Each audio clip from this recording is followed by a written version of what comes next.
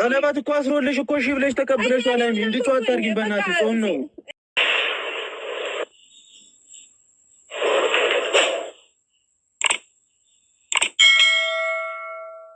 ከሱ ጋር የነበረኝ ሪሌሽን ከ5 ወር በፊት ነበረ እና ቀለበት ያደረገልኝም ከ5 ወር በፊት ነው እና ከብሩኬ ጋር እዚህ ደረጃ ደርሳለሁ ብዬ አላሰብኩትም ነበረ። ሰላም ጤና ይስጥልኝ ውድና የተከበራችሁ የመቅዲ ኢትዮ ቤተሰቦች እንዴት ናችሁ? ደህና ናችሁ? እኔ በጣም ደህና ነኝ፣ እግዚአብሔር ይመስገን። ባላችሁበት ሰላማችሁ ብዝት ይበልኝ። ሀይሚዬ ዛሬ ተከስታ ነበር በቤቷ። እንግዲህ ያለውን ነገር ለብሩኬ ለማብራራት ሞክራለች። ያው ብሩኬ ግን ያው ቀለበት አርግሻል አላደረግሽም ብሎ ነው ቀጥታ ይሄን ጥያቄ የጠየቃት ማለት ነው። ሶ አርጌያለሁ ነው ያለችው።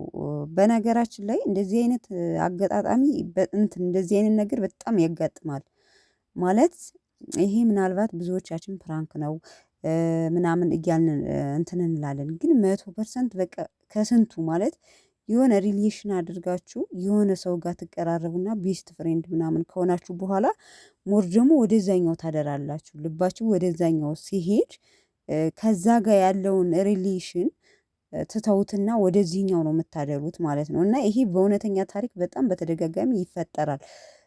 ግን አሁን በመሃል እስከ ዛሬ ሳይቆይ የሆነ ሚስጥር ልጁ ሊያውቅ ይችላል። አሁን ብሩኬ ይሄ ነገር ከሀይሚ ጋር ሀይሚ በነገራችን ላይ አይታችኋት ከሆነ ቀለበት ታረግ ነበር። ይህም ማለቴ ከልጁ ጋር ሪሌሽን አላት ማለቴ አይደለም። ግን ቀለበት ታረግ ነበረ ማለት እሷ ቀለበቱን አላደርገውም ነበረ። ብሩኬም ያደርጋል ቀለበት፣ እሷም አድርጋለች። እንደውም ሰሞኑን ነው እንጂ ያላየሁት ማለት ነው። እና ይሄ ማለት ተይዣለሁም አልፈልግም ለማለትም የሚያደርጉ አሉ።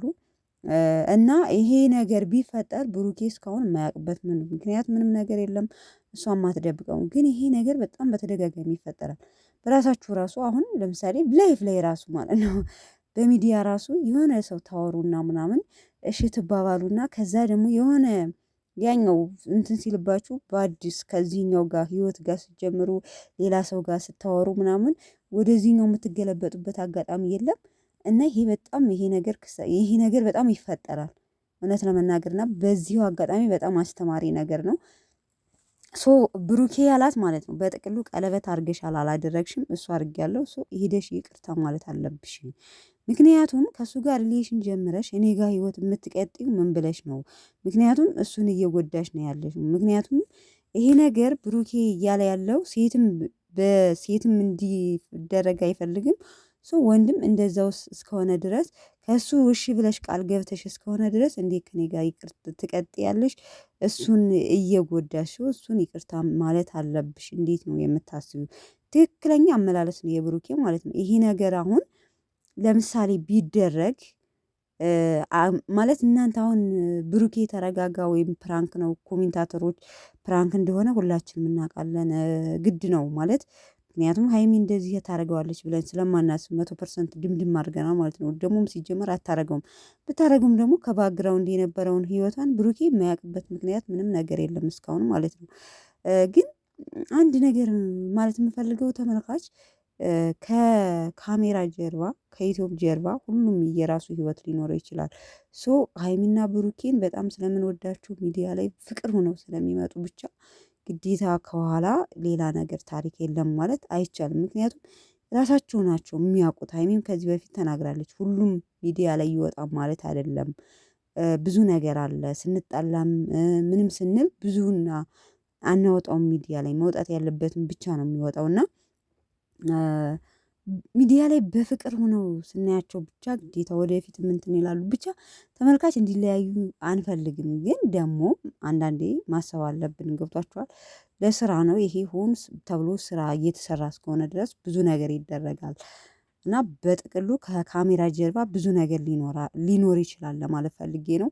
እና በጣም አስተማሪ ነገር ነው እውነት ለመናገር እና ብሩኬ የመለሰው መልስ ብሩኬ ተረጋጋ እያላችኋላችሁ። አሁን በትክክለኛ ነገር ስታስቡት ብሩኬ አግባብ ነው። ምክንያቱም ሴት ልጅ በወንድ ልጅ ህይወት መጫወት የለባትም፣ ወንድም ልጅ ደግሞ በሴት ልጅ ህይወት መጫወት የለበትም ማለት ነው። በጣም ትክክል ነው የመለሰው አግባብ።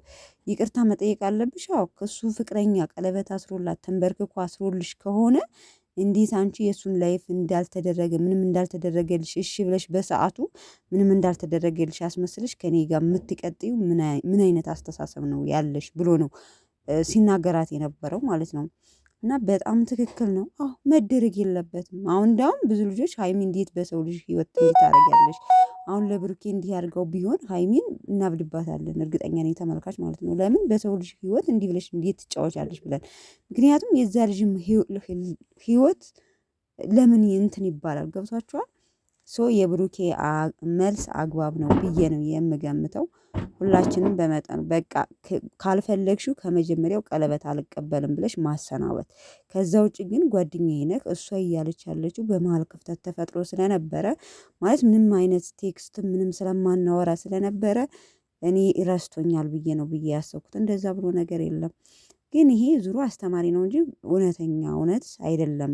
ፕራንክ እንደ ፕራንክ ነው፣ ግን በጥቅሉ በጣም አስተማሪ ነገር ነው ላገናዘበው ሰው ማለት ነው። እና ይመቻችሁ። ሰው ብሩኬ ፕራንክ እንደሆነ ያው ሰሞኑን በነገራችን ላይ ብሩኬ በጣም እያሳበዳት ነበር ሀይሚን እና እሷን በተራዋ ላሳብደው ብላ ነው እንግዲህ ከተወሰነ ቀናት በኋላ ፋሲልን አምጥታ ያው ብሩኬ እንዲህ አድርጎኝ ስለነበረ እኔም ልመልስለት ብዬ ፕራንክ እያደረግኩት ነው እንደምትለን ምንም ጥርጥር የለውም ማለት ነው። ለማንኛውም የጨረቃ ፋሚሊ ቤተሰቦች ያው አሁን ላይ በተደጋጋሚ እንደዚህ አይነት ነገር እየሰሩ ስለሆነ ፕራንክ እንደሆነ ተረድተናል። ይመቻችሁ። እናንተ ማቃችሁ